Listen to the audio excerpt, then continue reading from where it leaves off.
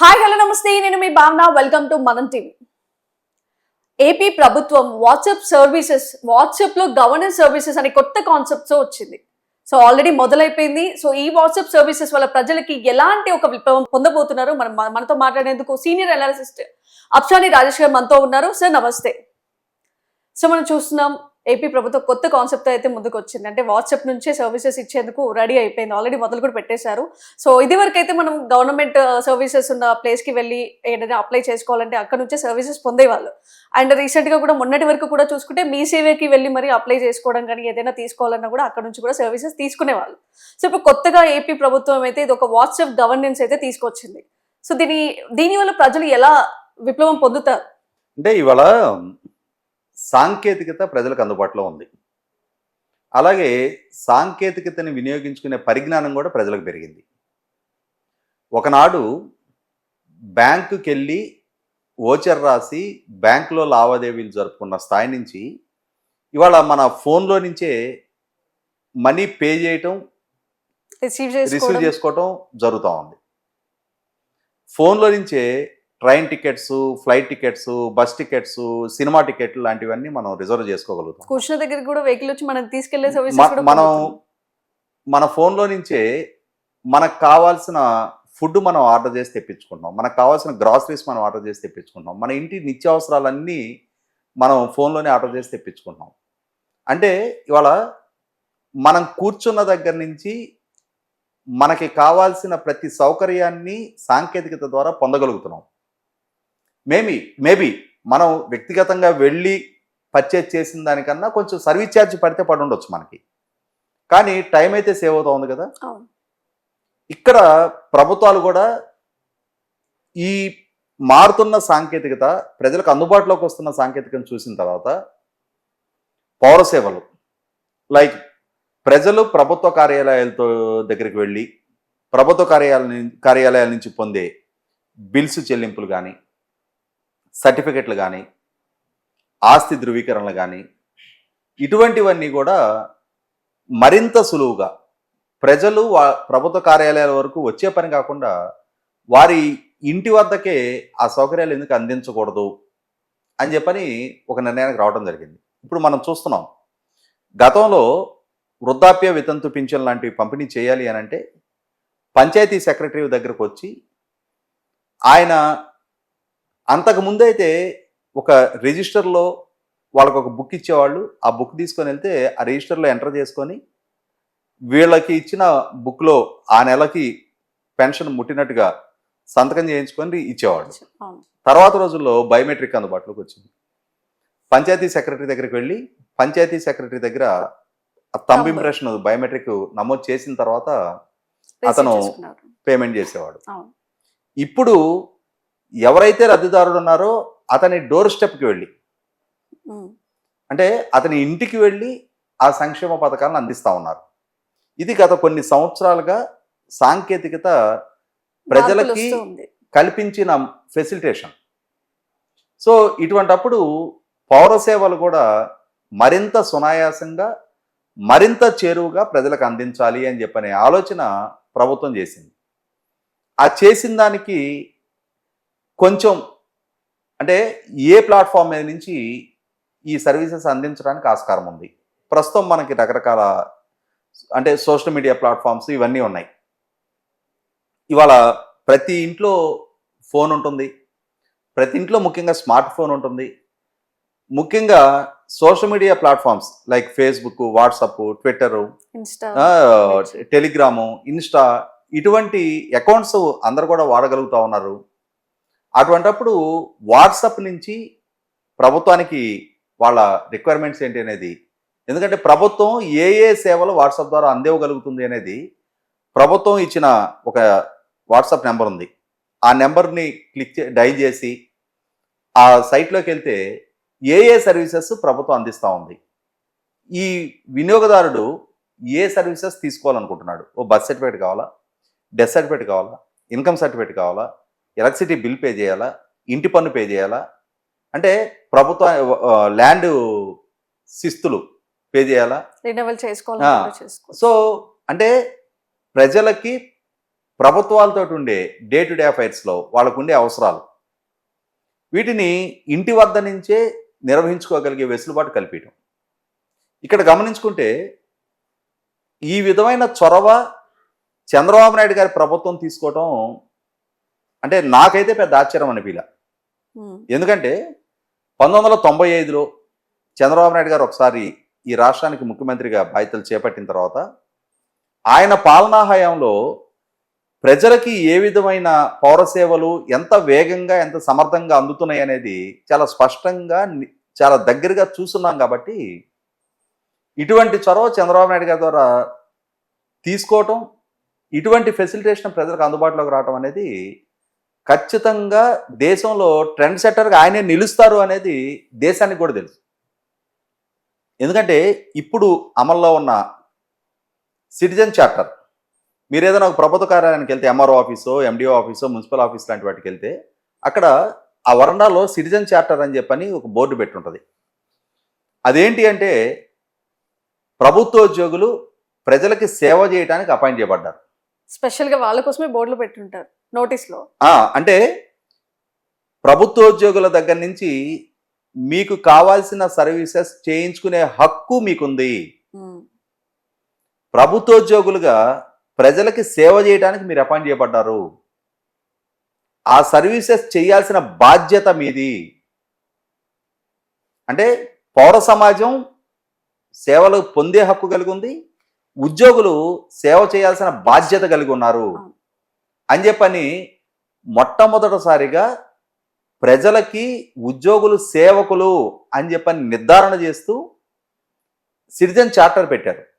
మీకు birth certificate కావాలి, application పెట్టిన దగ్గర నుంచి ఎన్ని రోజుల్లోగా ఆ సర్టిఫికేట్ మీకు ఇష్యూ చేయాలి. ఆ సర్టిఫికేట్ పొందడం అనేది మీకున్న హక్కు. ఎన్ని రోజుల్లోగా మీకు ఇవ్వాలి, ఇచ్చి తీరాల్సిన బాధ్యత వాళ్ళది. ఎన్ని రోజుల్లోగా ఇవ్వాలి అంటే హక్కుగా ఆ టైం బౌండెడ్ ఆ టైం ఫ్రేమ్ మీకు అక్కడ బోర్డులో మెన్షన్ చేసి ఉంటుంది. సర్టెన్ పీరియడ్ లో మీరు పొందొచ్చు. 3 రోజులు అని మెన్షన్ చేశారనుకుందాం. 4వ రోజు వరకు మీకు అందకపోతే మీరు ఎలా ఉద్యోగిని నిలదీసే ప్రశ్నించే హక్కు మీకు ఉంది. మీకు సమాధానం చెప్పి తీరాల్సిన బాధ్యత ఉద్యోగిది. అంటే ఇక్కడ ఏంటి, ప్రజలకి ప్రభుత్వాన్ని అంటే ప్రభుత్వం ప్రజలకు అకౌంటబుల్, ప్రభుత్వోద్యోగి ప్రజలకు జవాబుదారి అని చెప్పని ఆ అకౌంటబిలిటీ ఫిక్స్ చేశారు. ఈ క్రమంలో ప్రభుత్వోద్యోగుల ఇగో హట్ అయింది.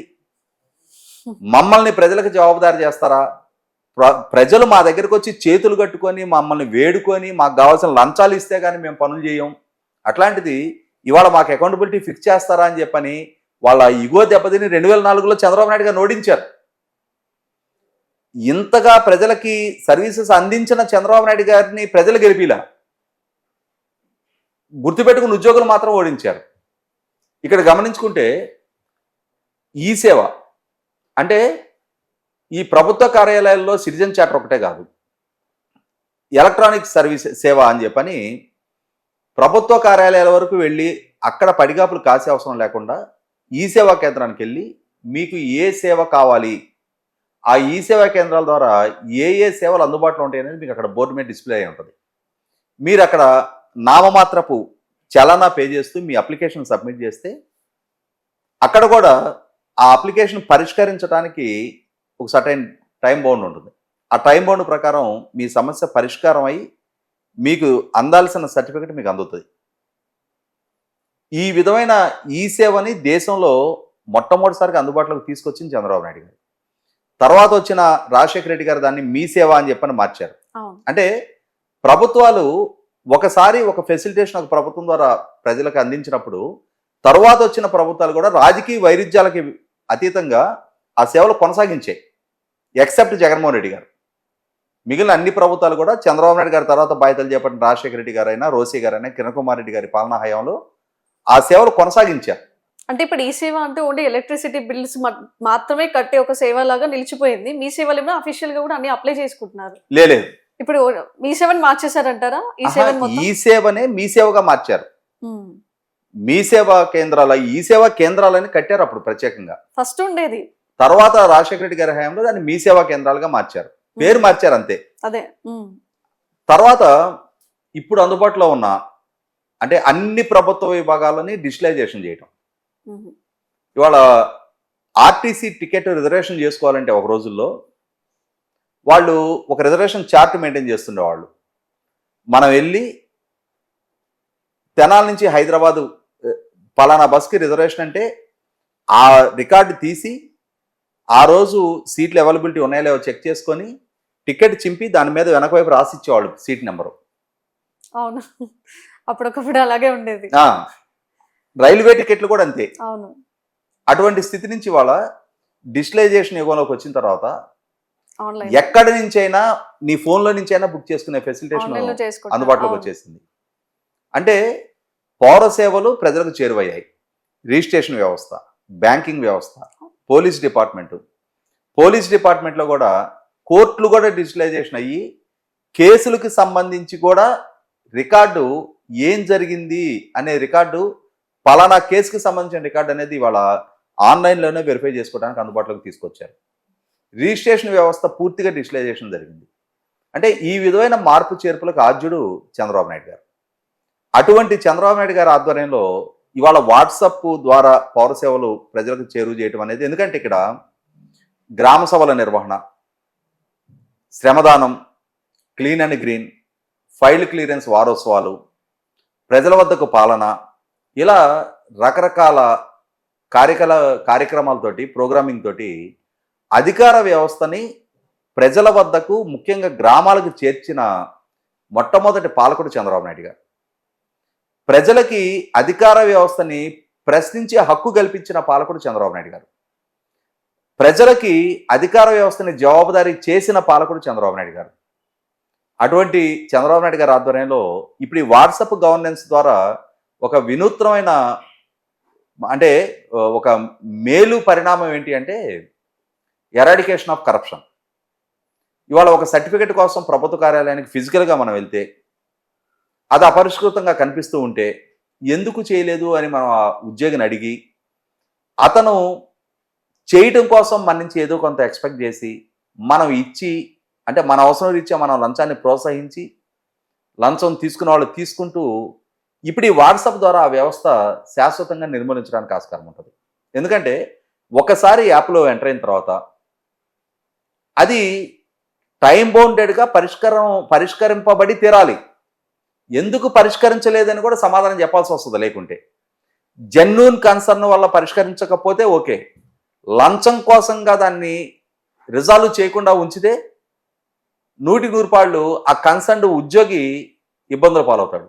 కాబట్టి తన కెరీర్ కాపాడుకోవటానికి, తన ఉద్యోగాన్ని నిలబెట్టుకోవడానికి లంచాలకి ప్రయత్నం చేయకుండా ప్రజలకి కావాల్సిన సర్వీసెస్ సక్రమంగా సకాలంలో అందించడానికి ఆస్కారం. ఈ లంచాలకు ఒక చెక్ పెట్టినట్టుగా అనిపిస్తుంది నిజంగా. 100% అన్నిటికన్నా ముఖ్యంగా ఇవాళ తల్లిదండ్రులు నిరక్షరాస్యులైనా సరే పిల్లలు చదువుకుంటున్నారు.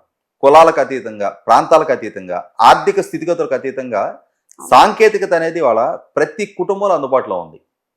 అటువంటప్పుడు ఆ సాంకేతిక పరిజ్ఞానం అందుబాటులోకి వచ్చిన కుటుంబాలకి పౌర సేవలు మరింత చేరువుగా, మరింత సునాయాసంగా అందే ఆస్కారం కలిగించిన చంద్రబాబు నాయుడు గారి పరిపాలనకి ప్రజల నుంచి నిన్నటి నుంచి శుభాభినందనలు వెల్లువెత్తా ఉన్నాయి. సో మొత్తానికి చూసాం కదా, మనకి ఏపీ ప్రభుత్వం ఒక వాట్సాప్ గవర్నెన్స్, ఇప్పటి వరకు చూసాం ప్రైవేట్ సర్వీసెస్ మాత్రమే మనకి అవైలబుల్లో ఉండేవి. ఇప్పుడు కొత్తగా ఏపీ ప్రభుత్వం అయితే వాట్సాప్ సర్వీసెస్ కూడా, అది కూడా గవర్నెన్స్ సర్వీసెస్ అనేది మనకి అందించడం, ప్రజలకి అందించడం అనే ఒక రికార్డ్ అని చెప్పుకోవాలి. Thank you sir.